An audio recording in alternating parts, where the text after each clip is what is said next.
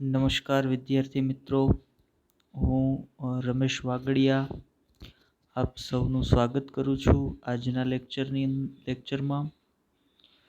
આજનું લેક્ચર આપણો જે 12મા ધોરણનું ત્રીજું ચેપ્ટર જે છે માનવીમાં પ્રજનન અથવા તો માનવ પ્રજનન, એના પરનો પહેલો લેક્ચર છે. મતલબ આપણે આપણું જે રનિંગ ચેપ્ટર હતું, જે ધોરણ 12નું બીજું ચેપ્ટર હતું, એને ગયા લેક્ચરની અંદર પૂરું કરી નાખ્યું છે, જે હતું સપુષ્પી વનસ્પતિમાં લિંગી પ્રજનન. તો એ ચેપ્ટરને પૂરું કરી અને હવે આપણે નેક્સ્ટ ચેપ્ટર એટલે ધોરણ 12નું જે ત્રીજું ચેપ્ટર છે એ ત્રીજા ચેપ્ટર પર પહોંચ્યા છીએ.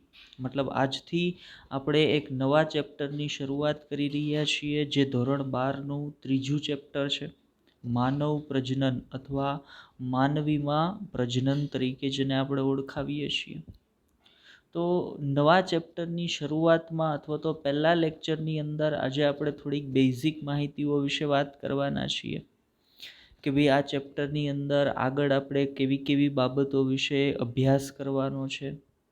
બીજી એક બાબત અહીંયા આપણે ચોખવટ કરી દઈએ કે માનવીમાં પ્રજનન એટલે પ્રજનનની ક્રિયા સાથે માનવ શરીરમાં સંકળાયેલા જે અંગતંત્રો છે, અહીંયા આપણે એનો અભ્યાસ કરવાના છીએ.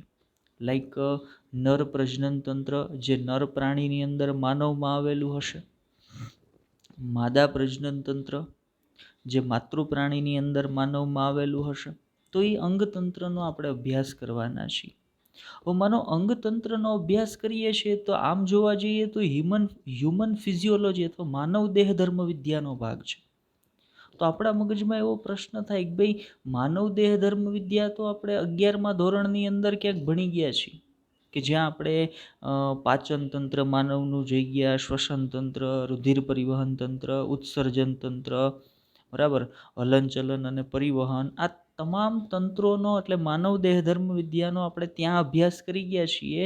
તો આ એક માનવ શરીરમાં જોવા મળતું જે તંત્ર છે એના અભ્યાસને એની સાથે ન મૂકતા અલગથી 12મા ધોરણની અંદર કેમ મૂક્યું છે?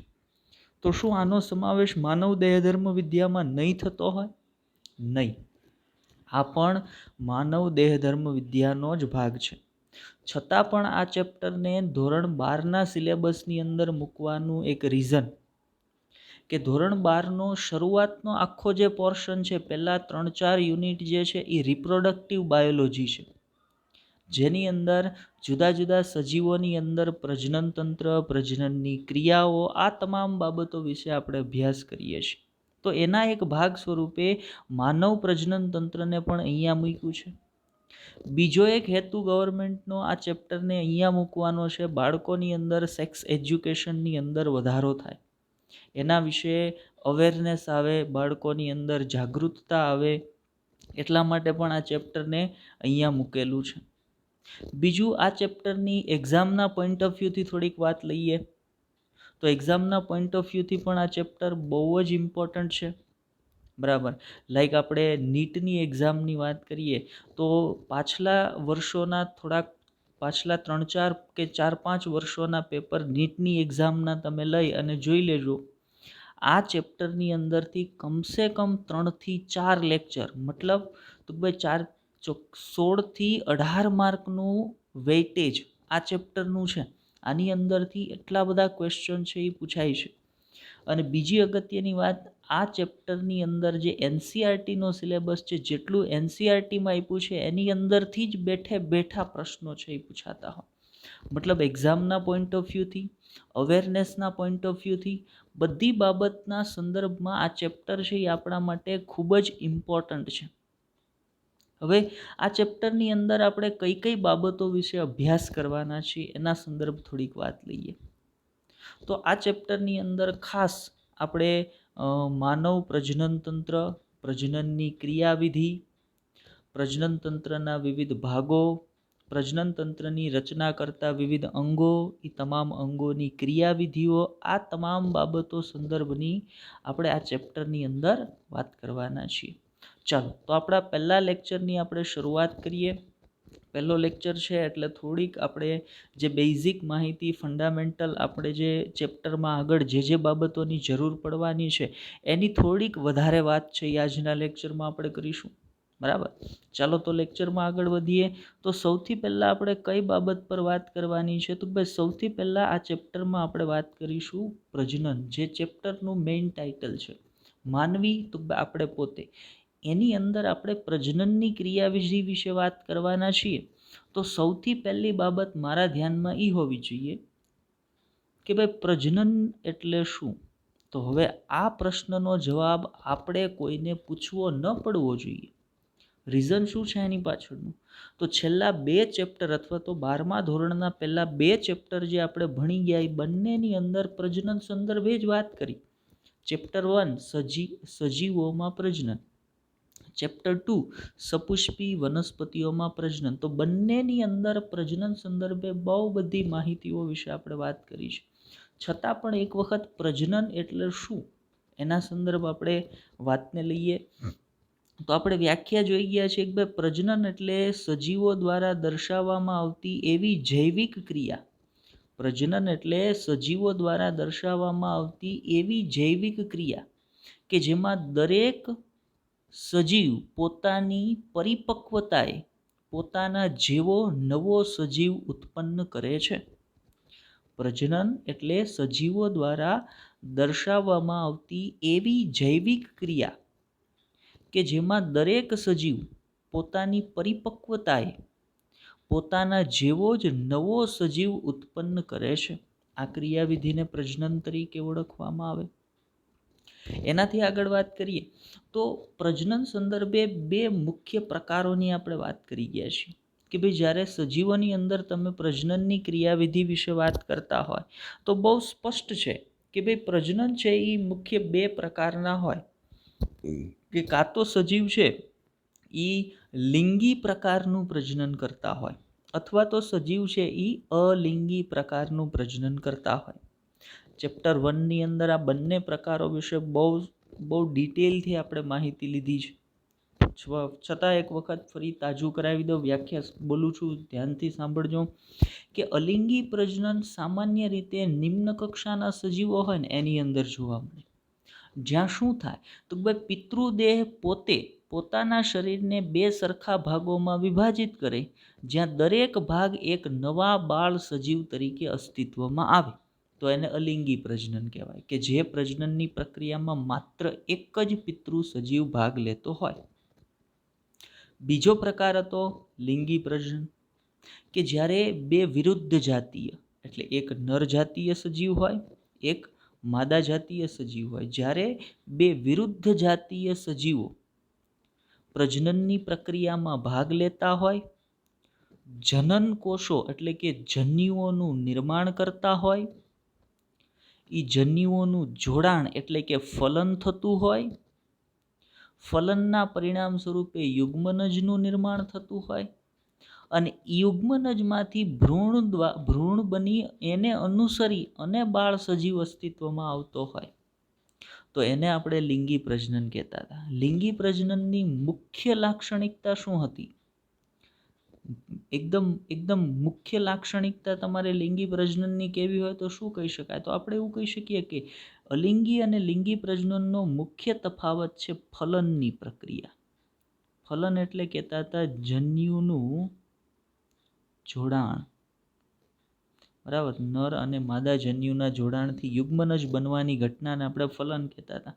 તો ફલન હંમેશા લિંગી પ્રજનનમાં જોવા મળે અને અલિંગી પ્રજનનમાં ક્યારેય ફલન જોવા મળતું નથી, જન્યુનું નિર્માણ થતું નથી. બીજી એક બાબત, અલિંગી પ્રજનનની સંતતિઓ છે એ એકબીજાની પ્રતિકૃતિ હોય અને એના પિતૃને પણ મળતી આવતી હોય. લિંગી પ્રજનનમાં આવી કોઈ સામ્યતાઓ હોતી નથી. સંતતિ એકબીજાને અથવા તો પોતાના પિતૃને મળતી હોતી નથી. હવે પ્રજનન સંદર્ભે વાત કરી લીધી કે પ્રજનન શું છે, એના મુખ્ય પ્રકારો શું છે, આ વાત આપણે સમજી લીધા. હવે પ્રજનનને માનવ સંદર્ભે આગળ વધારીએ તો માનવીઓ લિંગી પ્રજનન કરે છે. તો જો અહીંયા એવું લિંગી પ્રજનન, હમણાં જ આપણે તમને વ્યાખ્યા સ્પષ્ટ કરાવી લિંગી પ્રજનન શું છે. તો ભાઈ જ્યારે બે વિરુદ્ધ જાતીય સજીવો પ્રજનનની પ્રક્રિયામાં ભાગ લેતા હોય, નર જાતીય અને માદા જાતીય, અને જન્યુનું નિર્માણ થઈ, જોડાણ થઈ અને યુગ્મનજ દ્વારા બાળ સજીવ છે અસ્તિત્વમાં આવતો હોય તો એને આપણે લિંગી પ્રજનન તરીકે ઓળખતા હતા. તો માનવની અંદર ફલનની પ્રક્રિયા થતી હશે, જન્યુ નિર્માણની પ્રક્રિયા થતી હશે, આ બધું થતું હશે, એટલે આપણે એવું કહીએ છીએ કે ભાઈ માનવ છે એ લિંગી પ્રજનન કરતા પ્રાણી છે. હવે શબ્દ લિંગી પ્રજનન આવ્યો એના સંદર્ભ બીજી એક માહિતી યાદ રાખ્યા જેવી અહીંયા છે, એ તમને સાથે સાથે કહી દઉં કે ભાઈ માનવીઓ છે એ લિંગ ભેદ ધરાવે છે, લિંગ ભેદ ધરાવે છે. હવે અથવા એમ કહી શકો ભાઈ માનવી એક લિંગી પ્રાણી છે. બરાબર, શું કહીએ છીએ? માનવીઓ લિંગભેદ ધરાવે છે અથવા માનવીઓ છે એ એક લિંગી પ્રાણી છે. એનો અર્થ શું થાય છે? તો ભાઈ કાં તો કોઈ પણ મનુષ્ય છે એ કાં તો નર પ્રજનન તંત્ર ધરાવતું હશે, કાં તો માદા પ્રજનન તંત્ર ધરાવતું હશે. જે પ્રાણી નર પ્રજનન તંત્ર ધરાવે છે એ નર પ્રાણી તરીકે વર્તશે, અને જે પ્રાણી માદા પ્રજનન તંત્ર ધરાવે છે એ માતૃ પ્રાણી તરીકે વર્તશે. એટલે મતલબ હંમેશા માનવ છે એ કેવા હોય તો ભાઈ એક લિંગી સજીવો હશે, એક લિંગી પ્રાણી તરીકે વર્તશે. અને કયા પ્રકારનું પ્રજનન કરે છે? તો ઉપરના મુદ્દામાં આપણે વાત કરી પ્રમાણે માનવીઓ છે એ લિંગી પ્રજનન કરતા સજીવો છે. બીજી બાબત, લિંગી પ્રજનન કરતા અને અપ્રત્યપ્રસવી સજીવો છે.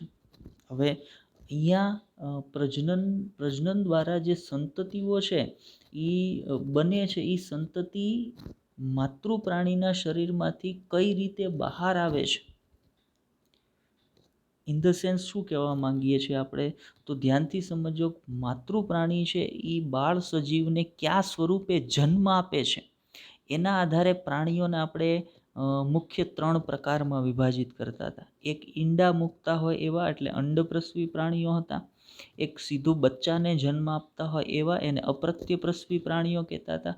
અને એક અર્ધ વિકસિત બચ્ચાને જન્મ આપતા હોય એવા, એને અપ્રત્ય અંડપ્રસવી સજીવો કહેતા હતા.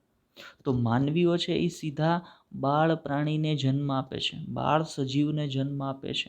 તો એ કયા પ્રકારના સજીવો થશે? તો ભાઈ માનવીઓ છે એ અપ્રત્યપ્રસવી પ્રકારના સજીવો થશે.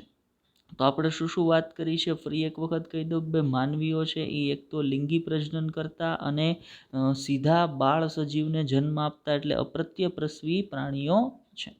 બીજી અગત્યની બાબત, માનવીઓની અંદર બાળકની સાર સંભાળ એટલે પેરેન્ટલ કેરની ખૂબ સારી વ્યવસ્થા હોય. માનો બીજા સજીવોને તમે જુઓ ને, તો ઉદાહરણ તરીકે હું તમને વાત કરું, સરીસૃપની વાત કરું કે ભાઈ સરીસૃપ વર્ગના સજીવો છે એ એક વખત ઈંડા મૂકી દે, પછી એ ઈંડાને જન્મ આપી દીધો, ઈંડા મૂકી દીધા પછી એ ક્યારેય એ ઈંડાની આસપાસ આવશે જ નહીં. એ ઈંડામાંથી બચ્ચું નીકળી અને પછી એ બચ્ચું પોતાની વ્યવસ્થા પોતાની રીતે કરશે, પોતે પોતાનું જીવન પોતાની રીતે ટકાવશે. જ્યારે માનવીઓની અંદર એવું નથી હોતું. માનવીઓ છે એ બાળક અથવા બાળ સજીવ છે એક નિશ્ચિત ઉંમર સુધી ન પહોંચી જાય ત્યાં સુધી એને પિતૃઓની સાર સંભાળ છે એ મળતી હોય. મતલબ પેરેન્ટલ કેરની ખૂબ જ સારી વ્યવસ્થા છે એ માનવીઓની અંદર જોવા મળે છે. હવે માનવીઓ પ્રજનન શું કામ કરે છે? તો એના સંદર્ભે આપણે એવું કહી શકીએ કે ભાઈ બીજા સજીવોની જેમ માનવીઓ પ્રજનન શું કામ કરે છે? તો આપણે એવું કહી શકીએ કે માનવીઓ પોતાનું જીવ સાતત્ય ટકાવી રાખવા પ્રજનન કરે છે. બરાબર, પેઢી દર પેઢી પોતાનું જીવ સાતત્ય ટકાવી રાખવા માનવીઓ છે એ પ્રજનન કરતા હોય છે. હવે માનવ જીવનચક્ર ઉપર એક નજર ફેરવીએ ને, તો માનવ જીવનચક્ર ઘણી બધી અવસ્થાઓમાંથી પસાર થાય છે. અહીંયા નીચે મેં એક આકૃતિ મૂકી છે, ધ્યાનથી જુઓ તમે. તો માનવની અંદર માતૃ પ્રાણી છે એ બાળ સજીવને જન્મ આપશે, મતલબ બાળકને જન્મ આપશે. ત્યારબાદ એ બાળક છે એ પોતાની ઉંમરના વિવિધ તબક્કાઓમાંથી પસાર થશે. બાળક છે એ પોતાની વૃદ્ધિ કરશે, વધારે વૃદ્ધિ કરશે, પરિપક્વ બનશે. પરિપક્વ બન્યા પછી તો ભાઈ એ પોતાની ઉંમરના એક પરિપક્વતાના તબક્કે પ્રજનન કરી અને પછી પ્રજનન કરવાની ક્ષમતા ગુમાવી અને પોતાની ઉંમરના એક તબક્કે એટલે વૃદ્ધત્વએ પહોંચતા હોય. મતલબ તો ભાઈ માનવીઓ છે એ પોતાના સંપૂર્ણ જીવનકાળ દરમિયાન ઘણી બધી અવસ્થાઓમાંથી પસાર થતા હોય છે અને અંતે વૃદ્ધત્વ પછી તો ભાઈ મૃત્યુ છે એ પામતા હોય છે. મૃત્યુનો તબક્કો છે એ આવતો હોય છે. તો આમ જન્મથી લઈ અને મૃત્યુ સુધીનો સમયગાળો જેને આપણે પહેલા ચેપ્ટરમાં તમે યાદ કરો તો જેને આપણે શું કહેતા હતા, તો ભાઈ જેને આપણે જીવનકાળ તરીકે ઓળખતા હતા કે ભાઈ માનવીઓ પોતાના સંપૂર્ણ જીવનકાળ દરમિયાન ઘણી બધી અવસ્થાઓમાંથી પસાર છે એ થતા હોય. તો આપણે અહીંયા આપણી સામે જોઈ શકીએ છીએ ઇમેજની અંદર, ફોટોગ્રાફની અંદર કે ભાઈ બાળ પ્રાણીથી લઈ અને કોઈ એક માનવ છે એ પોતાની સંપૂર્ણ જીવનકાળ દરમિયાન વિવિધ અવસ્થાઓમાંથી પસાર થઈ અંતે વૃદ્ધત્વએ પહોંચી અને મૃત્યુ પામતો હોય. પણ કોઈ એક મનુષ્ય અથવા માનવ છે એ મૃત્યુ પામે એ પહેલાં પોતાની ઉંમરના કોઈ એક નિશ્ચિત તબક્કે પરિપક્વતાના તબક્કે પહોંચી અને પોતાના જેવો એક નવો સજીવ ઉત્પન્ન કરશે. એટલે એનું પોતાનું જીવનચક્ર અહીંયા આવીને માનો પૂર્ણ થઈ ગયું, પણ અહીંયા એણે જે નવા સજીવને જન્મ આપ્યો એનું જીવનચક્ર છે અહીંયાથી આગળ વધશે. મતલબ આપણે ઉપર જે વાત કરતા હતા એ કે ભાઈ પ્રજનન દ્વારા માનવ છે એ પેઢી દર પેઢી પોતાનું જીવ સાતત્ય છે એ જાળવી રાખે છે, પોતાનું જીવ સાતત્ય છે એ ટકાવી રાખે છે. ચલો તો આગળ વાત કરીએ લેક્ચરની અંદર કઈ બાબત વિશે આપણે વાત કરવાની છે. તો માનવમાં જ્યારે પ્રજનનની ઘટના અથવા પ્રજનનની પ્રક્રિયા સંદર્ભ તમે વાત કરતા હોય તો પ્રજનન દરમિયાન જોવા મળતી વિવિધ ઘટનાઓ સંદર્ભ તમારે માહિતી વિશે વાત કરવી પડે કે ભાઈ જ્યારે માનવી છે એ પ્રજનન દર્શાવે તો માનવમાં જોવા મળતી પ્રજનનની પ્રક્રિયાને તમે વિવિધ તબક્કાઓમાં વિભાજિત કરી અને એનો અભ્યાસ કરી શકો છો અથવા તો એને સરળતાથી સમજી શકો છો. બીજી એક બાબત આપણે ઉપર કીધું એમ કે ભાઈ માનવ છે એ લિંગી પ્રજનન કરે છે. માનવ છે એ કયા પ્રકારનું પ્રજનન કરે છે, તો ભાઈ લિંગી પ્રજનન કરે છે. હવે લિંગી પ્રજનનની પ્રક્રિયા કોઈ પણ પ્રાણી કે કોઈ પણ વનસ્પતિ જો લિંગી પ્રજનન દર્શાવે છે તો એક વસ્તુ ફરજિયાત છે કે એની લિંગી પ્રજનનની સંપૂર્ણ પ્રક્રિયા 3 તબક્કામાં ડિવાઈડ થતી હશે. કયા 3 તબક્કા? તો ભાઈ પહેલો તબક્કો હશે એ હશે પૂર્વફલન ઘટના, બીજો તબક્કો હશે એ હશે બીજો તબક્કો હશે ફલન ઘટના અને ત્રીજો તબક્કો હશે એ પશ્વફલન ઘટના.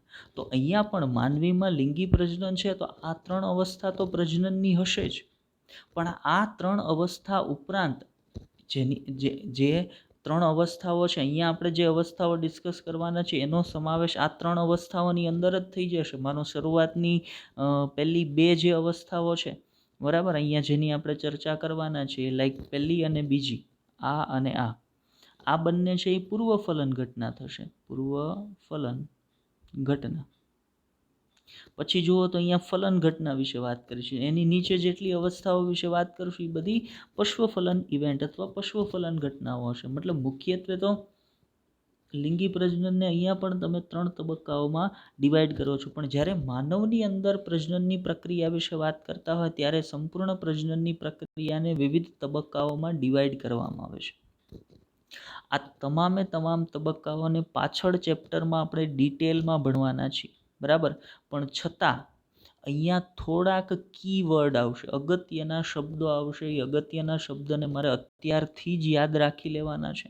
જ્યારે એ શબ્દનો પ્રયોગ આગળ ચેપ્ટરમાં જ્યારે આવે ત્યારે મારે એ ગોતવા ન જવું પડે, ત્યારે મને મગજમાં હોય ઓકે અહીંયા આ શબ્દ આ બાબત સમજાવે છે અથવા તો અહીંયા આ વાત થાય છે બરાબર.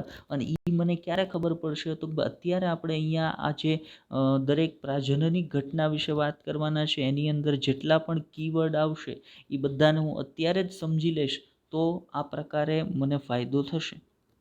ચલો એક પ્રજનનની ઘટનાની વાત કરીએ તો માનવની અંદર માનવ જીવનચક્રમાં પ્રજનનની ઘટનાની જો તમે વાત કરતા હોય તો સૌથી પહેલી ઘટના માનવ જીવનચક્રમાં જે પ્રજનનની ઘટના હશે એ હશે જનન કોષોનું નિર્માણ. બીજી એક અગત્યની વાત કરી દઉં અહીંયા કે માનવીઓ કોઈ પણ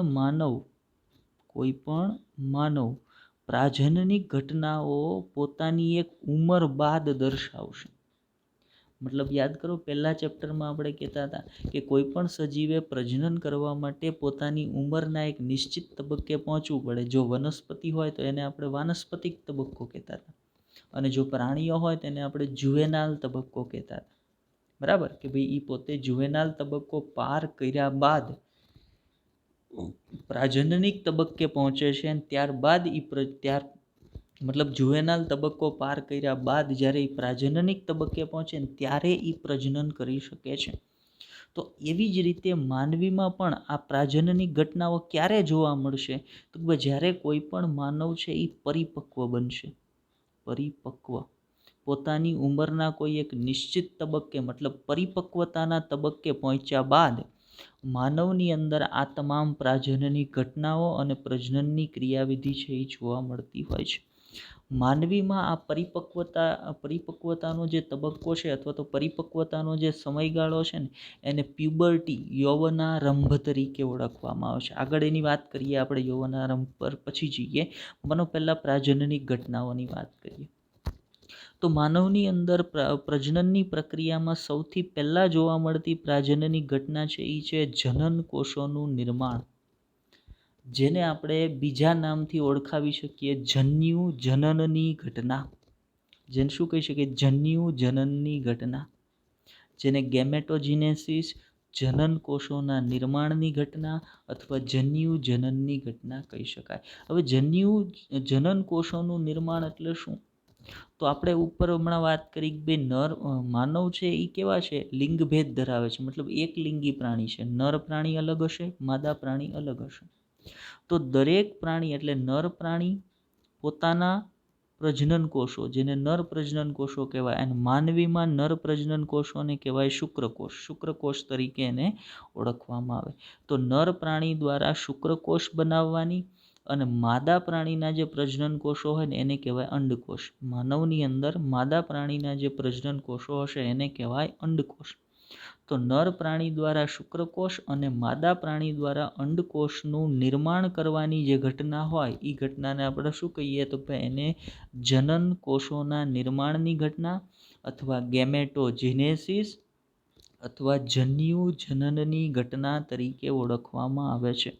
યાદ રાખજો, જનન કોષોનું નિર્માણ એટલે ભાઈ નર પ્રાણીના શરીરની અંદર અને માદા પ્રાણીના શરીરની અંદર જનન કોષોના નિર્માણ સાથે સંકળાયેલી જે રચના હોય જેને આપણે પ્રજનન ગ્રંથિ કહી શકીએ. જે નર પ્રાણી સંદર્ભે વાત કરીએ તો કઈ હોય? શુક્રપિંડ હોય, શુક્રપિંડ. અને માદા પ્રાણીની અંદર કોણ હોય? તો અંડપિંડ. આ નર અને માદા પ્રાણીની અંદર જોવા મળતી મુખ્ય પ્રજનન ગ્રંથિઓ છે. આને શું કહેવામાં આવે? તો આ બંને પ્રાથમિક, યાદ રાખજો, પ્રાથમિક પ્રજનન અંગ છે. નરની અંદર પ્રાથમિક પ્રજનન અંગ તમને પૂછે, અગત્યનો પ્રશ્ન છે. આ પ્રશ્ન પૂછાય છે કે ભાઈ નરમાં પ્રાથમિક પ્રજનન અંગ કોણ? શુક્રપિંડ. માદામાં પ્રાથમિક પ્રજનન અંગ કોણ? અંડપિંડ. હવે માનો આગળ આની પણ વાત કરવાનો છું, પણ જ્યાં અહીંયા વચ્ચે એક વાત નીકળી છે તો લઈ લઉં છું કે ભાઈ પ્રાથમિક પ્રજનન અંગ છે તો એનો અર્થ એવો થાય કોઈ એક પ્રાથમિક છે તો એ સિવાયના હશે એને આપણે દ્વિતીયક પ્રજનન અંગ કહેશું. તો પ્રાથમિક અને દ્વિતીયક પ્રજનન અંગ વચ્ચે તફાવત શું છે? કોને મારે પ્રાથમિક પ્રજનન અંગ કહેવા અને કોને મારે દ્વિતીયક પ્રજનન અંગ કહેવા? તો પ્રજનન તંત્રના એવા અંગો, યાદ રાખજો અને ધ્યાનથી સાંભળજો અને સમજજો કે પ્રજનન તંત્રની રચનામાં આવેલા એવા અંગો કે જે જનન કોષોનું નિર્માણ કરવાની ક્ષમતા ધરાવે છે. મતલબ જે અંગ જનન કોષ તરીકે શુક્રકોષ અને જનન કોષ તરીકે અંડકોષ બનાવવાની ક્ષમતા ધરાવતા હોય. પ્રજનન તંત્રની રચનામાં આવેલા એવા અંગો કે જે નર પ્રજનન કોષ તરીકે શુક્રકોષ અને માદા પ્રજનન કોષ તરીકે અંડકોષ બનાવવાની ક્ષમતા ધરાવતા હોય એવા પ્રજનન અંગને પ્રાથમિક પ્રજનન અંગ કહેવાય. એ સિવાયના તમામ પ્રજનન અંગને દ્વિતીયક પ્રજનન અંગ કહેવાશે. મતલબ હવે અહીંયા મને એ ખબર પડી ગઈ હોવી જોઈએ કે ભાઈ પ્રાથમિક પ્રજનન અંગ શું હોય, કોને કહેવાય પ્રાથમિક પ્રજનન અંગ, અને નર અને માદામાં પ્રાથમિક પ્રજનન અંગ તરીકે કોણ કોણ આવેલું છે. ચાલો, હવે આ પ્રાથમિક અંગ દ્વારા જે કોષોનું નિર્માણ થાય એને કહેવાય જનન કોષ, અને એ જનન કોષના નિર્માણની ઘટના એ લિંગી પ્રજનનની પહેલી ઘટના છે. કોઈ પણ માનવ લિંગી પ્રજનન કરવા માટે સૌથી પહેલી કઈ ઘટના દર્શાવશે? તો ભાઈ સૌથી પહેલાં એ જનન કોષોનું નિર્માણ દર્શાવશે. આગળ વાત કરીએ તો જનન કોષોનું નિર્માણ કરી નાખ્યા બાદ, મતલબ પહેલી અવસ્થા પાર કરી લીધા બાદ માનવીની અંદર બીજી અવસ્થા આવશે, એ હશે ઇન્સેમિનેશન. ઇમ્પોર્ટન્ટ વાત છે, આને પણ સમજજો, યાદ રાખજો. ઇન્સેમિનેશન એટલે શું છે? તો ધ્યાનથી સમજજો. ઇન્સેમિનેશન એટલે નર પ્રજનન કોષો. નર પ્રજનન કોષો ક્યાં બન્યા હશે? નર પ્રાણીના શરીરની અંદર. તો નર પ્રજનન કોષોને માતૃપ્રજનન માર્ગમાં અથવા માતૃપ્રજનન તંત્રમાં દાખલ કરવાની ક્રિયાવિધિ. નર પ્રજનન કોષો જે બન્યા છે ક્યાં? નર પ્રાણીના શરીરની અંદર, એને માદા પ્રાણીના શરીરની અંદર દાખલ કરવાની ક્રિયાવિધિ, જેને ઇન્ટરકોર્સ તરીકે અથવા સેક્સ્યુઅલ ઇન્ટરકોર્સ તરીકે પણ ઓળખવામાં આવે, અથવા એને જાતીય સમાગમ તરીકે પણ ઓળખવામાં આવે છે. બરાબર. ત્યારે આપણે માનવીમાં પ્રજનન તંત્ર વિશે વાત કરીએ છીએ. તો ઇન્સેમિનેશનની ઘટના એટલે શું? ઇન્સેમિનેશન એટલે નર પ્રજનન કોષોને માતૃપ્રજનન તંત્રમાં અથવા માતૃપ્રજનન તંત્રની અંદર દાખલ કરવાની ક્રિયાને ઇન્સેમિનેશન તરીકે ઓળખવામાં આવે. તો આ ક્રિયા કોને સંલગ્ન છે? તો આ ક્રિયાને તમે જન્યુ વહનની જે ક્રિયા હતી ને એને સંલગ્ન ગણાવી શકો. શું કામ? તો જે એક જન્યુ તરીકે માદા જન્યુ છે એ ક્યાં છે? માદા પ્રાણીના શરીરની અંદર. અને નર જન્યુ છે એ ક્યાં છે? નર પ્રાણીના શરીરની અંદર. હવે બેમાંથી કોઈ એક જન્યુએ તો વહન પામીને બીજા સુધી પહોંચવું જોશે. એટલે આપણે એવું વિચારીએ કે નર જન્યુ છે એ વહન પામશે. હવે એ કઈ રીતે વહન પામશે? તો પહેલાં એને નર પ્રાણીના શરીરમાંથી માદા પ્રાણીના શરીરની અંદર દાખલ કરવામાં આવે. તો દરેક પ્રાણી, આમ જોવા જઈએ અત્યારે આપણે ખાસ માનવ સંદર્ભે વાત કરીએ છીએ એટલા માટે, બાકી મોટા ભાગના ઉચ્ચ કક્ષાના પ્રાણીઓ જે લિંગી પ્રજનન દર્શાવે છે એ તમામ પ્રાણીઓ જાતીય સમાગમની પ્રક્રિયા દ્વારા નર પ્રજનન કોષોને પોતાના સહાયક પ્રજનન અંગ, નર સહાયક પ્રજનન અંગ શિશ્નની મદદ વડે માતૃ પ્રજનન તંત્રની અંદર દાખલ કરવાની જે ક્રિયાવિધિ છે એને ઇન્સેમિનેશન તરીકે ઓળખવામાં આવે. શબ્દ યાદ રાખજો, ઇન્સેમિનેશન. પૂછાયેલું છે એક્ઝામની અંદર કે ભાઈ ઇન્સેમિનેશન એટલે શું? ઇન્સેમિનેશનની ઘટના શું છે? ઇન્સેમિનેશન કહેવાય કોને?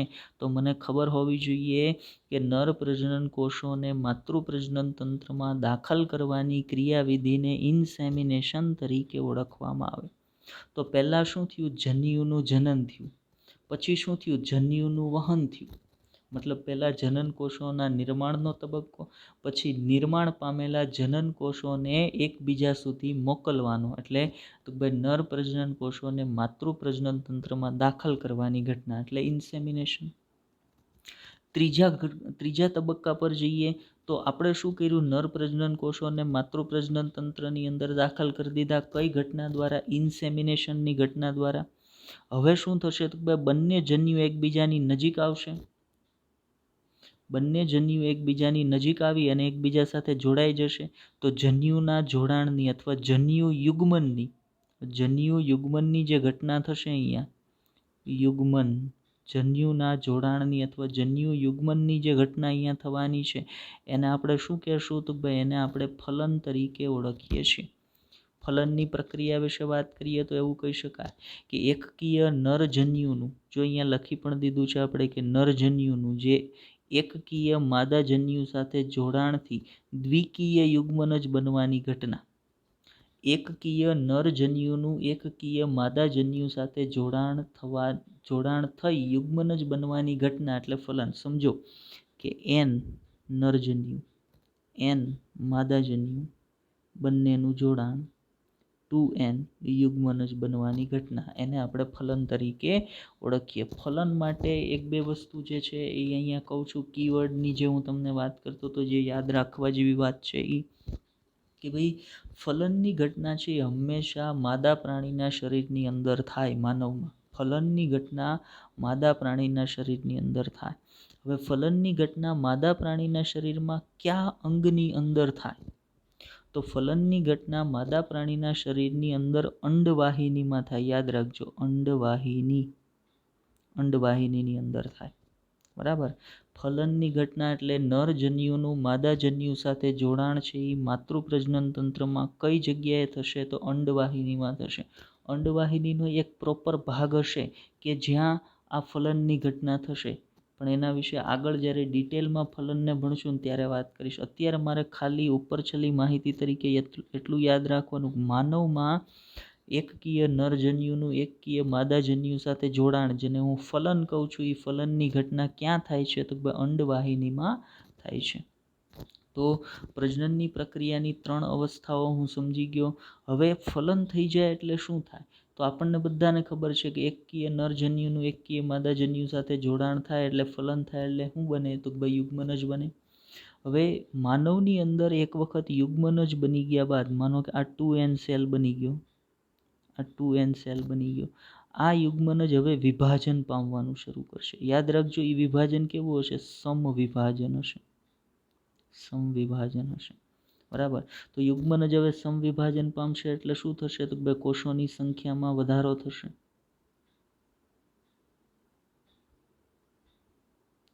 કોષોની સંખ્યામાં વધારો થતો જશે. ખૂબ મોટી સંખ્યામાં કોષો બનવા મળશે વિભાજન દ્વારા. હવે આ કોષ વિભાજનના પરિણામ સ્વરૂપે એક કોષોનો દડો, એક કોષોનો બોલ, દડા જેવી રચના છે એ અસ્તિત્વમાં આવશે. કોષોના દડા જેવી રચના છે એ એક અસ્તિત્વમાં આવશે.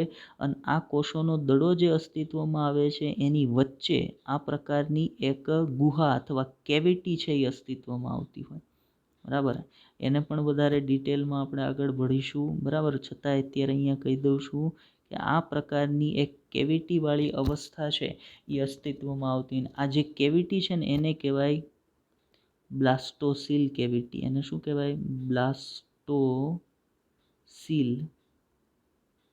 કેવિટી અથવા બ્લાસ્ટોસીલ ગુહા કહી દઈએ આપણે. બરાબર. અથવા એને ગર્ભકોષ્ઠીય ગુહા તરીકે પણ ઓળખાવી શકાય. એને અહીંયા લખ્યું છે આપણે ગર્ભકોષ્ઠીય ગુહા. હવે આ ગર્ભકોષ્ઠીય ગુહા ધરાવતી જે અવસ્થા બને ને એ અવસ્થાને બ્લાસ્ટોસીલ અવસ્થા અથવા ગર્ભકોષ્ઠ કોથળી ધરાવતી અવસ્થા તરીકે ઓળખવામાં આવે. તો ફલન થઈ ગયા બાદ શું અસ્તિત્વમાં આવશે? મતલબ ફલન પછીનો જે માનવ પ્રાજનનિક જે ઘટનાઓ છે એમાં ફલન પછીની ઘટના કઈ હશે? તો ગર્ભકોષ્ઠ કોથળી ધરાવતી અવસ્થા, ભ્રૂણની. આ યુગ્મનજમાંથી ભ્રૂણ બનવાનો છે, પણ ભ્રૂણ બનતા પહેલાં આ એક અવસ્થા બનશે જેને બ્લાસ્ટોસીલ અવસ્થા તરીકે ઓળખવામાં આવે. અને એને બ્લાસ્ટોસીલ અવસ્થા એટલે કહેવાય કે એની અંદર એક કેવિટી હોય અને બ્લાસ્ટોસીલ કેવિટી અથવા બ્લાસ્ટોસીલ ગુહા તરીકે ઓળખવામાં આવે છે. હવે આગળ જોઈએ, અહીંયા થિયરીમાં શું કીધું છે? યુગ્મનજના સતત કોષ વિભાજન દ્વારા, યાદ આ રાખજો ખાસ, 64 કોષોની બનેલી આ જે દડો મેં તમને અહીંયા કીધું ને કે આવી દડા જેવી રચના બને છે, કેટલા કોષોની બનેલી હશે? 64 કોષોની બનેલી એક રચના અસ્તિત્વમાં આવશે. અને આ 64 કોષોની બનેલી રચનાના મધ્યમાં એક ગર્ભકોષ્ઠીય ગુહા હોય છે, જેની વાત મેં તમને અહીંયા કરી. બ્લાસ્ટોસીલ કેવિટી અથવા ગર્ભકોષ્ઠીય ગુહા હોય. તો આવી ગર્ભકોષ્ઠીય ગુહા ધરાવતી અવસ્થાનું નિર્માણ એ ત્યાર પછીની અવસ્થા છે. અને અવસ્થામાં કેટલા કોષો હોય? યાદ રાખજો, 64 કોષોની બનેલી અવસ્થા હશે. ગર્ભકોષ્ઠીય ગુહા ધરાવતી જે અવસ્થા હશે એ 64 કોષોની અવસ્થા હશે, જે ફલન બાદ યુગ્મનજના નિર્માણ બાદ ભ્રૂણનું નિર્માણ કરતી અવસ્થા હશે. બીજી એક અગત્યની વાત એ યાદ રાખજો કે આ બ્લાસ્ટોસીલ અવસ્થા છે ને, બ્લાસ્ટોસીલ અવસ્થા સ્વરૂપનો જે ભ્રૂણ હશે ને એ ભ્રૂણનું ગર્ભાશયમાં સ્થાપન થવાનું છે. એ સંદર્ભમાં પણ આ અવસ્થા છે ને બહુ ઇમ્પોર્ટન્ટ છે. આપણને એમ પૂછવામાં આવે કે ભ્રૂણ કઈ અવસ્થા સ્વરૂપમાં ગર્ભાશયની દિવાલમાં સ્થાપન પામવાનો છે, ત્યારે મારી પાસે જવાબ હોય બ્લાસ્ટોસીલ કેવિટી ધરાવતી અવસ્થા, ગર્ભકોષ્ઠીય ગુહા ધરાવતી અવસ્થાના સ્વરૂપમાં ભ્રૂણ છે એનું ગર્ભાશયની દિવાલમાં સ્થાપન થવાનું છે. તો આ પ્રકારની અવસ્થા નિર્માણ પામી ગઈ. હવે પછીનો તબક્કો શું હોય? તો જો હું તમને જેની વાત કરતો તો એ જ અવસ્થા આવી, ગર્ભસ્થાપનની અવસ્થા, કે એક વખત બ્લાસ્ટોસિલ કેવિટી ધરાવતી અવસ્થા બની ગઈ. એટલે એ અવસ્થા ક્યાં બની હશે? જો યાદ રાખજો કે ફલન ક્યાં થયું હતું? ફલન થયું હતું અંડવાહિની. મેં તમને હમણાં કીધું અંડવાહિની. ફલન ક્યાં થયું હતું? અંડવાહિનીમાં. ફલન થઈ ગયા બાદ યુગ્મનજ ક્યાં બન્યો હશે? અંડવાહિનીમાં. પણ ત્યાંથી યુગ્મનજ એક વખત અંડવાહિનીમાં યુગ્મનજ બની ગયા બાદ યુગ્મનજ અંડવાહિનીમાં વહન પામવાનું શરૂ કરશે. અંડવાહિનીથી કઈ તરફ? અંડવાહિનીથી ગર્ભાશય તરફ. ગર્ભાશય તરફ. અને આ વહન જે શરૂ હશે, જે જગ્યાએ ફલન થયું અંડવાહિનીમાં, ત્યાંથી યુગ્મનજનું ગર્ભાશય તરફ જે વહન શરૂ હશે ને, આ વહન દરમિયાન યુગ્મનજ વિભાજન પામશે. આ વહન દરમિયાન જ ગર્ભકોષ્ઠીય ગુહા ધરાવતી અવસ્થાનું નિર્માણ થશે. જેવી ગર્ભકોષ્ઠીય ગુહા ધરાવતી અવસ્થાનું નિર્માણ થશે ત્યારે યુગ્મનજ અંડવાહિનીમાંથી વહન પામીને ક્યાં સુધી પહોંચી ગયો હશે? ગર્ભાશય સુધી પહોંચી ગયો હશે. અને પછી એ અવસ્થા સ્વરૂપમાં એનું ગર્ભાશયની દિવાલમાં સ્થાપન થવાની ક્રિયા છે ને, એને શું કહેવાય? તો એને ગર્ભસ્થાપનની ક્રિયા તરીકે ઓળખવામાં આવે. તો આ પ્રાજનનિક જે ઘટનાઓ છે એમાં ગર્ભકોષ્ઠીય ગુહા ધરાવતી અવસ્થાના નિર્માણ બાદની જે અવસ્થા હશે એ ગર્ભસ્થાપનની અવસ્થા હશે. માનો કે એક વખત ગર્ભનું સ્થાપન છે એ ગર્ભાશયની અંદર થઈ જાય, ત્યારબાદ હવે સ્થાપન પામેલા ગર્ભના વિકાસની વાત આવશે. કે ભાઈ એક વખત માનવની અંદર માદાના ગર્ભાશયની અંદર ગર્ભનું સ્થાપન થઈ જાય પછી એ ગર્ભ છે એ તાત્કાલિક માતાના શરીરમાંથી બહાર નથી આવતો, પણ એક નિશ્ચિત સમયગાળા માટે ગર્ભાશયની અંદર જ આ ગર્ભ છે એ અથવા ગર્ભ છે એ વિકાસ પામે છે. અને માદાના ગર્ભાશયની અંદર ગર્ભના વિકાસના આ નિશ્ચિત સમયગાળાને ગર્ભ વિકાસનો સમયગાળો કહેવાય. આ યાદ રાખજો, આગળ જે વાત કરીએ છીએ કે ગર્ભાશયમાં સ્થાપન પામેલ ગર્ભનો વિકાસ કેટલા સમય હોય છે? નોર્મલી 280 દિવસ હોય. માનવની અંદર સામાન્ય ગર્ભ વિકાસનો સમયગાળો 280 દિવસનો અથવા તો 40 અઠવાડિયાનો હોય છે. મતલબ એક વખત ગર્ભાશયમાં ગર્ભનું સ્થાપન થઈ ગયા બાદ ગર્ભ છે એ ગર્ભાશયની અંદર કાં તો 280 દિવસ અથવા તો 40 અઠવાડિયા સુધી વિકાસ પામે છે. હવે એક વખત માતાના ગર્ભાશયની અંદર 40 અઠવાડિયા કે 280 દિવસનો ગર્ભ વિકાસ ગર્ભ છે એ પૂર્ણ કરી લે ત્યારબાદ હવે એને માતાના શરીરમાંથી બહાર મોકલવાની ક્રિયાવિધિ એને જન્મની ક્રિયાવિધિ અથવા પ્રસૂતિની ક્રિયાવિધિ તરીકે ઓળખવામાં આવે. વાત શું છે? તો ભાઈ 280 દિવસથી ગર્ભ છે એ ગર્ભાશયમાં હતો, એણે પોતાનો સંપૂર્ણ ગર્ભ વિકાસ પૂર્ણ કરી લીધો. હવે ગર્ભાશયની દિવાલનું સંકોચન થશે. ગર્ભાશયની દિવાલનું સંકોચન થશે, જન્મનળી અથવા બર્થ કેનાલનું નિર્માણ થશે અને જન્મનળી મારફતે ગર્ભાશયની દિવાલનું સંકોચન થવાના પરિણામ સ્વરૂપે ગર્ભાશયમાંથી બાળક છે એ માતાના શરીરની બહાર ધકેલાશે અને બાળકનો જન્મ થઈ જશે. આ ક્રિયાને પ્રસૂતિ અથવા તો બાળકના જન્મની ક્રિયા તરીકે ઓળખવામાં આવે.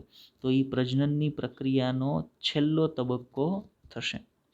તો મુખ્યત્વે માનવની અંદર પ્રજનનની સંપૂર્ણ પ્રક્રિયા છે આટલી પેટા ઘટનાઓમાં ડિવાઈડ થતી હોય. બધી જ પેટા ઘટનાઓ યાદ રાખજો. ફરીથી કહું, પહેલી કઈ હશે? પહેલી પેટા ઘટના હશે જનન કોષોનું નિર્માણ. બીજી કઈ હશે? ઇન્સેમિનેશન. ત્રીજી હશે ફલન. ચોથી હશે ગર્ભકોષ્ઠીય ગુહા ધરાવતી અવસ્થાનું નિર્માણ. ત્યારબાદ ગર્ભસ્થાપન, ત્યારબાદ ગર્ભ વિકાસ અને ત્યારબાદ જન્મ અથવા પ્રસૂતિની ક્રિયા.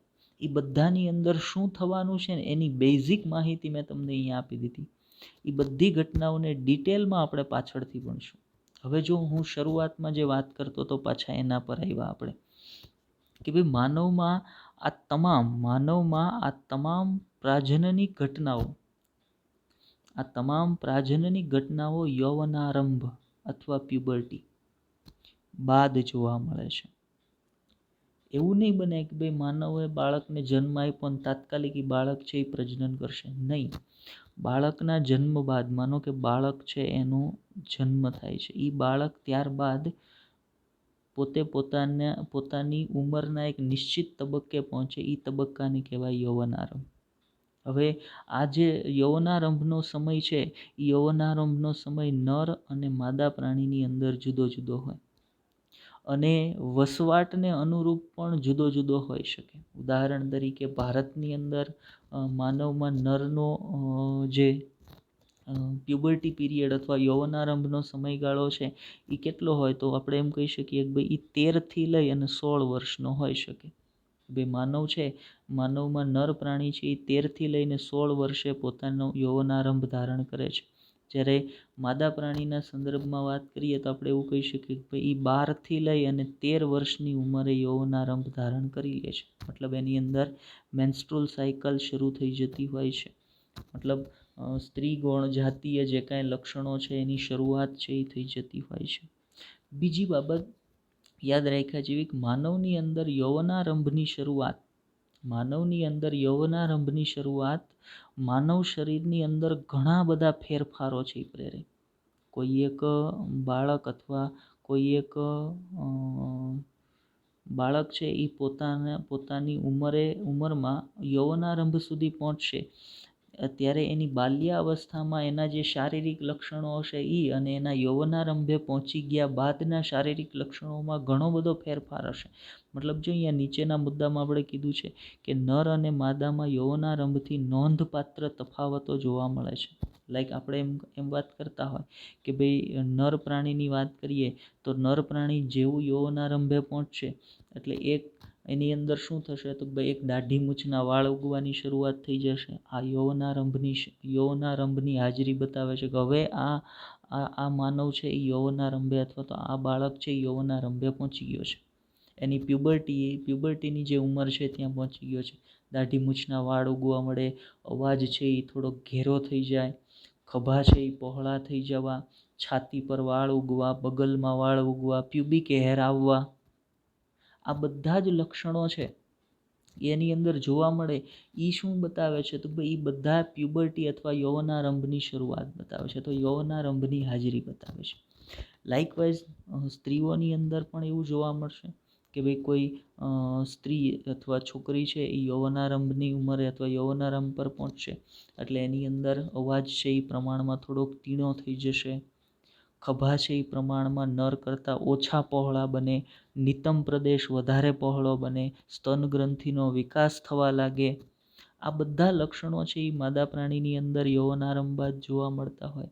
હવે યૌવનારંભ બાદ નર અને માદા પ્રાણીની અંદર આજે નોંધપાત્ર ફેરફારની આપણે વાત કરીએ કે તફાવતની વાત કરીએ, એના માટે જવાબદાર કોણ હોય? એના માટે જવાબદાર હોય અંતઃસ્ત્રાવ. કયો અંતઃસ્ત્રાવ એના માટે જવાબદાર હોય? તો નરની અંદર યાદ રાખજો ટેસ્ટોસ્ટેરોન અને માદાની અંદર હોય ઇસ્ટ્રોજન. આ બેયને જાતીય અંતઃસ્ત્રાવ પણ કહેવાય, કારણ તો બે ગૌણ જાતીય લક્ષણો જે છે એના માટે જવાબદાર હોય. આ દાઢી મૂછના વાળ ઉગવાની બધાને ગૌણ જાતીય લક્ષણ કહેવાય. તો એનું નિયમન કરતા અંતઃસ્ત્રાવ છે એટલે આને જાતીય અંતઃસ્ત્રાવ કહેવાય. જેવો કોઈ પણ વ્યક્તિ છે એ યૌવનારંભે પહોંચશે એટલે એના શરીરમાં એ સ્ત્રી હશે તો ઇસ્ટ્રોજનના લેવલની અંદર ફેરફાર શરૂ થઈ જશે અને પુરુષ હશે તો ટેસ્ટોસ્ટેરોનના લેવલની અંદર ફેરફાર થઈ જશે. એની વ્યક્તિના જે બિહેવિયર વર્તાવ હોય એના ઉપર એ ફેરફાર જોવા મળ્યો કે યૌવનારંભે પહોંચ્યા બાદ નર છે એ થોડુંક વધારે એગ્રેસિવ બની જાય. શું કામ? તો ભાઈ ટેસ્ટોસ્ટેરોનની અસર છે. એગ્રેશન પ્રેરવું આ ટેસ્ટોસ્ટેરોનની અસર છે. એની કમ્પેરિઝનમાં ઇસ્ટ્રોજનની અસર શું છે? તો ભાઈ ઇસ્ટ્રોજન છે એ પ્રમાણમાં વ્યક્તિને વધારે સેન્સિટિવ બનાવે. એટલે યૌવનારંભ પહોંચ્યા બાદ સ્ત્રીઓ છે એ વધારે સેન્સિટિવ બની જતી હોય અને નાની નાની વાતનું ખોટું લાગવું, આ બધા લક્ષણો છે એની અંદર જોવા મળતા હોય. મતલબ ટેસ્ટોસ્ટેરોન અને ઇસ્ટ્રોજન બેયનું કાર્ય છે એક્ઝેક્ટ ઓપોઝિટ છે. કે ટેસ્ટોસ્ટેરોન છે એ એગ્રેશન પ્રેરે, જ્યારે ઇસ્ટ્રોજન છે એ સેન્સિટિવિટી છે એની અંદર વધારો કરે. તો યૌવનારંભ બાદ આ બંને અંતઃસ્ત્રાવોની અસર હેઠળ નોંધપાત્ર ફેરફારો છે એ પ્રાણી શરીરની અંદર જોવા મળતા હોય છે. ચલો આગળ વાત કરીએ. તો જે ફેરફારની હું તમને વાત કરતો હતો એના સંદર્ભમાં એક ઇમેજ મૂકી છે અહીંયા કે ભાઈ શરૂઆતમાં બાળકની અંદર કોઈ પણ પ્રકારના દાઢી મૂછના વાળ નથી ઉગતા, પણ ઉંમરના વધારા સાથે ધીમે ધીમે દાઢી મૂછના વાળ ઉગવાની શરૂઆત થઈ છે અને કમ્પ્લીટ પ્યુબર્ટીએ પહોંચી ગયા બાદ દાઢી મૂછના વાળ ઉગે, વ્યવસ્થિત ઉગવા માંડે છે. એવી જ રીતે છાતી પરના વાળ ઉગવાની શરૂઆત થઈ જાય છે. તો આ બધું યૌવનારંભની શરૂઆત અથવા તો યૌવનારંભની ઉંમર છે એ બતાવે છે. હવે એક વખત યૌવનારંભ અથવા તો પ્રાજનનિક પરિપક્વતા ધારણ કરી લીધા બાદ નર પ્રાણી સંદર્ભે જો તમે વાત કરતા હોય, નર પ્રાણી સંદર્ભે જો તમે વાત કરો તો નર પ્રાણી છે એક વખત પ્રાજનનિક પરિપક્વતા અથવા યૌવનારંભ પહોંચી ગયા બાદ શુક્રકોષનું નિર્માણ વૃદ્ધત્વએ પહોંચે ને ત્યાં સુધી ચાલુ રાખી શકે છે. મતલબ પુરુષની અંદર એક વખત પ્રાજનનિક પરિપક્વતા અથવા યૌવનારંભની શરૂઆત બાદ એ સતત પ્રાજનનિક પરિપક્વતા છે એ ધારણ કરી રાખે છે. મતલબ એ પોતાના વૃદ્ધત્વની ઉંમરે પણ શુક્રકોષો ઉત્પન્ન કરી શકે છે. જ્યારે એના સંદર્ભમાં તમે માદા પ્રાણીની વાત કરો, પરંતુ અંડકોષનું નિર્માણ સ્ત્રીઓમાં એક નિશ્ચિત ઉંમર બાદ, અહીંયા આપણે ઉંમરની વાત કરીએ તો સ્ત્રીઓમાં 50 વર્ષની વય આસપાસ અંડકોષના નિર્માણની ક્રિયા છે ને સ્થગિત થઈ જાય. એને શું કહેવાય? એને મિનોપોઝ અથવા મેનોપોઝ તરીકે ઓળખવામાં આવે. મતલબ આ સંદર્ભમાં પણ યૌવનારંભ અથવા તો પ્રાજનનિક પરિપક્વતાની અંદર નર અને માદા પ્રાણીની અંદર જુદાપણું જોવા મળે છે. ચલો આને સંદર્ભે એક સરસ મજાનો કિસ્સો છે એની વાત કરીએ. તો ઇંગ્લેન્ડની અંદર અહીંયા તમારી સામે એક ફોટોગ્રાફ મૂકેલો છે, એને ધ્યાનથી જુઓ. ઇંગ્લેન્ડનો આ જે વ્યક્તિ છે, આ વ્યક્તિ 73 વર્ષની ઉંમરે પિતા બને છે.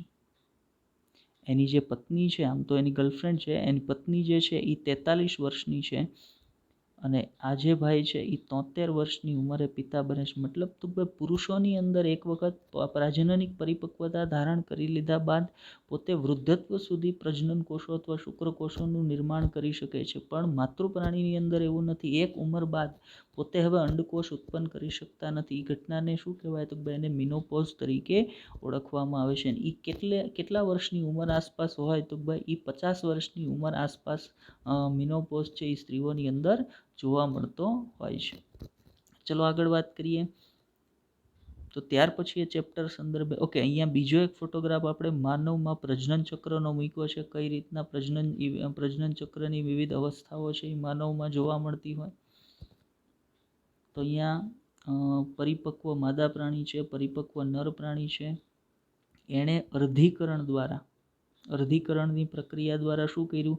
તો અહીંયા છે નર પ્રજનન કોષ, અહીંયા છે માતૃ પ્રજનન કોષ. એ બંને કેવા હશે? N પ્રકારના હશે. આ પણ N પ્રકારનો હશે. એ બે જોડાણા, ફર્ટિલાઇઝેશનનો અર્થ થાય ફલન. એ બેનું જોડાણ થયું, ફલનની ઘટના થઈ. દ્વિકીય કોષ ઝાયગોટ અથવા યુગ્મનજનું નિર્માણ થયું. એમાંથી માઇટોસિસ એટલે સમવિભાજન થયું.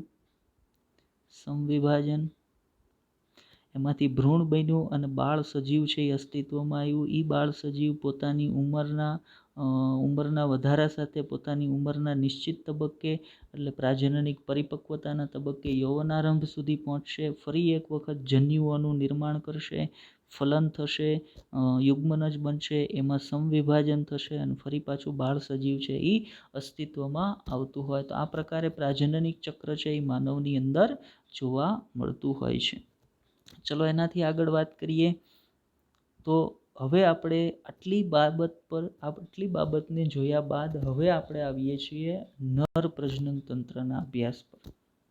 આ ઉપર જેટલી આપણે વાત કરી ને બધી બેઝિક ફંડામેન્ટલ હતી કે જે હવે હું જે ચેપ્ટરની શરૂઆત અથવા તો જે તંત્ર ભણવાની શરૂઆત કરું છું ને એ મારે સમજવા માટે અથવા એને ભણવા માટે આગળ જેટલી બાબતો વિશે વાત કરીને એ બધી પહેલાં મને ખબર હોવી જોઈએ.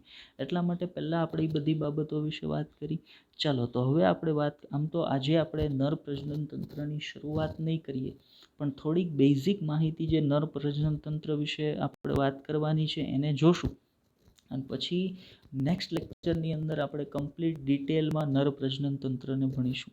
આજે આપણે ડિટેલમાં નર પ્રજનન તંત્રને નહીં ભણીએ, પણ નર પ્રજનન તંત્ર સંદર્ભની જે થોડીક માહિતીઓની મને જરૂર છે એને 100% આપણે અહીંયા લેવાના છીએ.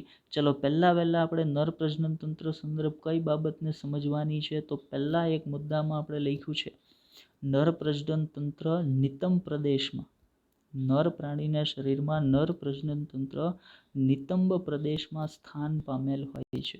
હવે નિતંબ પ્રદેશને સમજાવવા માટે આપણે અહીંયા આકૃતિઓ છે એ મૂકી છે.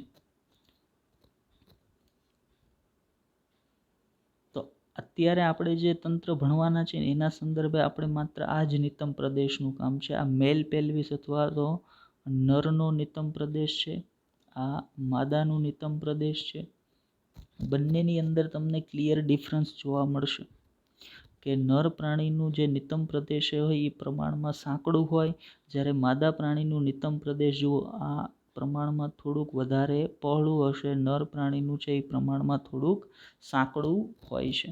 એની પાછળનું રીઝન છે કે માદા પ્રાણીએ બાળકને જન્મ આપવાનો છે. બાળકને જન્મ આપવાનો છે એટલે એના શરીરની અંદર બર્થ કેનાલ, જન્મની જે નળી છે એનું નિર્માણ થાય, અને એ નળી આ જે નિતંબ પ્રદેશ છે એમાંથી પસાર થઈ અને બાળકને જન્મ આપે છે, અથવા તો બાળકનો જન્મ છે એને શક્ય બનાવે છે. મતલબ એનું નિતંબ છે એ બાળકને જન્મ આપવા માટે પ્રમાણમાં પહોળું હોય છે, જ્યારે નરની અંદર એવી કોઈ પણ પ્રકારની ઘટના ન બનતી હોવાના કારણે નરનું નિતંબ પ્રદેશ છે પ્રમાણમાં કેવું હોય તો ભાઈ સાંકડું હોય છે. અત્યારે આપણે સ્કેલેટલ સિસ્ટમનો અભ્યાસ નથી કરતા, એટલે જે નિતંબ પ્રદેશના વિવિધ ભાગો છે એને ડિટેલમાં આપણે સમજવા નથી. અત્યારે માત્ર નિતંબ પ્રદેશ એટલે કયો ભાગ એ તમને સમજાવવા માટે આ બે ડાયાગ્રામ છે એ આપણે અહીંયા મૂક્યા છે. બરાબર, કે ભાઈ મેલ પેલ્વિસ અથવા તો નર પ્રાણીનું જે નિતંબ પ્રદેશ છે એ આ પ્રકારનું કંઈક દેખાતું હોય, અને નર પ્રાણીના શરીરમાં પ્રજનન તંત્ર ક્યાં આવેલું હોય તો આ નિતંબ પ્રદેશમાં. એટલે આ જે પોર્શન છે ને અહીંયાથી લઈ અને અહીંયા સુધીમાં નર પ્રાણીની અંદર પ્રજનન તંત્ર છે એ ગોઠવાયેલું હોય, ત્યાં સુધી એની અંદર નર પ્રજનન તંત્ર છે એ ગોઠવાયેલું હોય. ઉદાહરણ તરીકે માનો અહીંયા શુક્રપિંડ આવેલા છે, ત્યાર પછી શુક્રવાહિનીઓ આવેલી હશે, એને બધાને આપણે ડિટેલમાં ભણવાના છે. એની આકૃતિ વ્યવસ્થિત દોરીને આપણે તમને સમજાવશું. પણ કહેવાનો મિનિંગ, નર પ્રાણીના શરીરમાં નર પ્રજનન તંત્ર અહીંયાથી લઈ અને અહીંયા સુધીનો જે આખો વિસ્તાર છે એની અંદર સ્થાન પામેલું હોય, એટલે આપણે એવું કહીએ છીએ કે નર પ્રાણીના શરીરમાં પ્રજનન તંત્ર છે એ ક્યાં આવેલું છે તો નિતંબ પ્રદેશમાં. સેમ એઝ માતૃ પ્રાણીના શરીરમાં પણ માતૃ પ્રાણીના શરીરમાં પણ પ્રજનન તંત્ર ક્યાં આવેલું હશે તો નિતંબ પ્રદેશની અંદર જ આવેલું હોય છે. તો આપણે પહેલું કામ શું કર્યું તો પ્રજનન તંત્ર જે આખું એક અંગતંત્ર છે જેની રચના કરતા તમામ અંગો છે એ નર પ્રાણીના શરીરમાં કયા વિસ્તારમાં ગોઠવાયેલા હશે તો એ બધા નિતંબ પ્રદેશની અંદર ગોઠવાયેલા હશે. નેક્સ્ટ આકૃતિની અંદર હજી થોડુંક ક્લિયર કરીએ આપણે કઈ રીતે ગોઠવાયેલા હશે. તો અહીંયા આપણે એક ડાયાગ્રામ લીધો છે, આ એનસીઆરટીનો જ ડાયાગ્રામ છે જે નર પ્રજનન તંત્રની રચના આપણને સમજાવે છે, એના વિવિધ અંગો વિશેની માહિતી છે એ આપણને આપે છે. તો આપણે જે નિતંબ પ્રદેશની વાત કરતા હતા તો એ આ પ્રદેશની આપણે વાત કરતા હતા, આ પોર્શન છે એ નિતંબ પ્રદેશનો ભાગ છે. અને તમે જોઈ શકો છો પ્રજનન તંત્રના મોટા ભાગના અંગો છે એ આ પ્રદેશની અંદર જ આવેલા છે. હવે માનો નર પ્રજનન તંત્રના વિવિધ અંગો વિશે વાત કરીએ તો નર પ્રજનન તંત્રની રચનામાં કયા કયા અંગો આવેલા હોય તો નર પ્રજનન તંત્રની રચના કરતા જે અંગો હશે ને એને આપણે નર પ્રજનન અંગો કહીએ, જેને આપણે બે ભાગમાં વિભાજિત કરીએ, જેને આપણે બે પ્રકાર અથવા પ્રકાર કરતાં સુટેબલ શબ્દ ત્યાં રહેશે ભાગ, બે ભાગમાં તમે વિભાજિત કરી શકો. અમુક નર પ્રજનન અંગોને તમે પ્રાથમિક પ્રજનન અંગો કહી શકો. શરૂઆતમાં મેં તમને સમજાવ્યું કોને પ્રાથમિક પ્રજનન અંગો કહેવા, અને બાકીના બધાને તમે દ્વિતીયક પ્રજનન અંગો કહેવા. પ્રાથમિક પ્રજનન અંગ તરીકે જો નરમાં પ્રાથમિક પ્રજનન અંગ તરીકે એક જોડ શુક્રપિંડ આવેલ છે. પ્રાથમિક કોને કહેવાય? જે પ્રજનન કોષોનું નિર્માણ કરવાની ક્ષમતા ધરાવે છે. તો એવા નર પ્રાણીના શરીરમાં કોણ છે? શુક્રપિંડ. તો નર પ્રાણીના શરીરમાં પ્રાથમિક પ્રજનન અંગ તરીકે એક જોડ શુક્રપિંડ આવેલ છે. અત્યારે આપણે નર પ્રજનન તંત્રની શરૂઆત કરીએ એટલે માત્ર એના જ અંગોની વાત કરશું. બીજું તો આ થઈ ગયા પ્રાથમિક. હવે જેટલા જે અંગો આવેલા હશે પ્રજનન તંત્રની રચનામાં એ બધા કેવા હશે? સહાયક અંગો હશે. તો બાકીના સહાયક અંગ તરીકે એક જોડ અધિવૃષણ નલિકા હશે, એક જોડ શુક્રવાહિની હશે, સ્ખલન નલિકા, મૂત્રજનન માર્ગ, શિશ્ન. આ તમામ સહાયક અંગો છે એ નર પ્રજનન તંત્રની રચનામાં આવેલ હશે. આ સિવાય માનવના નર પ્રજનન તંત્રની રચનામાં સહાયક પ્રજનન ગ્રંથિઓ આવેલી હશે. કઈ કઈ? તો ભાઈ એક જોડ શુક્રાશય આવેલ હશે, એક જોડ બલ્બોયુરેથ્રલ ગ્રંથિ આવેલ હશે અને પ્રોસ્ટેટ અહીંયા એક જ હશે. પ્રોસ્ટેટ કેટલી હશે? એક જ આવેલી હશે. તો આટલા મુખ્ય અંગો જેમાં એક જોડ શુક્રપિંડ પ્રાથમિકમાં આવશે અને બાકી બધા દ્વિતીયક અથવા સહાયક પ્રજનન અંગોની અંદર આવશે. બધા અંગોને અહીંયા આકૃતિની અંદર સમજવાનો પ્રયત્ન કરીએ તો આપણે અહીંયા સામે જે આકૃતિ રાખી છે એની અંદર તમે જુઓ તો સૌથી પહેલાં અહીંયા શુક્રપિંડની વાત કરેલી છે. સ્થાનને સમજશું આપણે, બરાબર, કે ભાઈ મુખ્ય પ્રજનન અંગ પ્રાથમિક પ્રજનન અંગ તરીકે શુક્રપિંડ આવેલું છે. શુક્રપિંડ પછીનું શુક્રપિંડ પર આવેલી એક નલિકા અહીંયા તમને ગુલાબી રંગની દેખાશે. જ્યારે એને ડિટેલમાં સમજશું ત્યારે એની વાત આવશે. એને આપણે અધિવૃષણ નલિકા તરીકે ઓળખીએ છીએ. અહીંયા શુક્રપિંડ પર અહીંયા આવેલી હશે. આ અધિવૃષણ નલિકા હશે. બીજું એનાથી ઉપર જઈએ તો અહીંયાથી એક નલિકા આમ નીકળે છે. આ જે નલિકા નીકળે છે એને કહેવાય શુક્રવાહિની. જો અહીંયા લીધું છે, અહીંયા એને કહેવાય શુક્રવાહિની. શુક્રવાહિની છે અહીંયા એક ગ્રંથિ સાથે જોડાય છે. શુક્રવાહિની અહીંયા એક ગ્રંથિ સાથે જોડાય છે. આ જે છે એ ગ્રંથિને કહેવાય શુક્રાશય. જો અહીંયા એને શું કહેવાય? શુક્રાશય તરીકે ઓળખવામાં આવે. હવે આજે શુક્રવાહિની પર શુક્રાશય જોડાઈ જાય ને તો શુક્રાશયના જોડાણ બાદ આજે શુક્રવાહિની હતી ને એ શેમાં ફેરવાઈ જશે? તો એના પછીનો જોડાણ પછીનો જે ભાગ હશે, આપણે રંગ બદલી કાઢીએ એટલે થોડોક વધારે આઈડિયા આવે. જોડાણ પછીનો જે ભાગ હશે, પિંક રાખીએ આપણે, જોડાણ પછીનો જે ભાગ એટલે અહીંયા શુક્રાશયનું જોડાણ થયું, ત્યાંથી આ જે ભાગ છે એ હવે શુક્રવાહિની ન કહેતા એને કહેવાશે સ્ખલન નલિકા. પછી જુઓ તો સ્ખલન નલિકા આગળ વધશે એટલે એની સાથે અહીંયાથી આવેલી આ જે નલિકા છે, અહીંયાથી ઉપરથી એક નલિકા આવે છે આ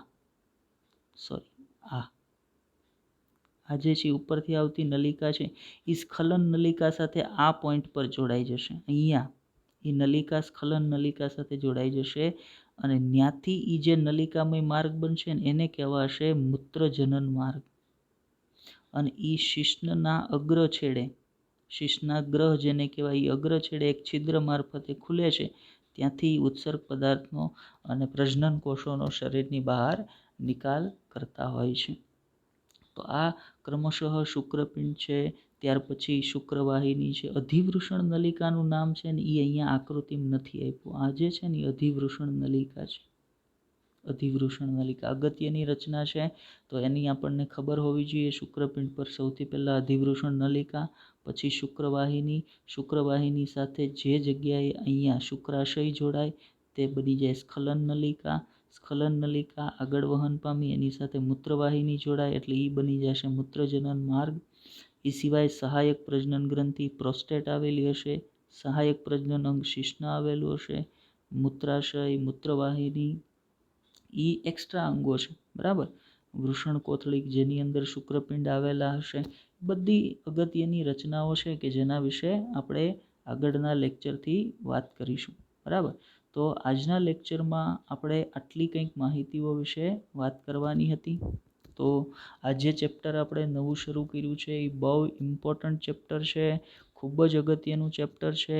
લેક્ચરને ધ્યાનથી જોજો, સમજવાનો પ્રયત્ન કરજો. ન સમજાતી બાબત કોમેન્ટ કરજો, આપણે તમને ફરી એક વખત સમજાવશું. બહુ ઇમ્પોર્ટન્ટ, વેરી ઇમ્પોર્ટન્ટ ચેપ્ટર છે એટલે ખૂબ ધ્યાન આપી અને લેક્ચરને જોજો. Best of luck.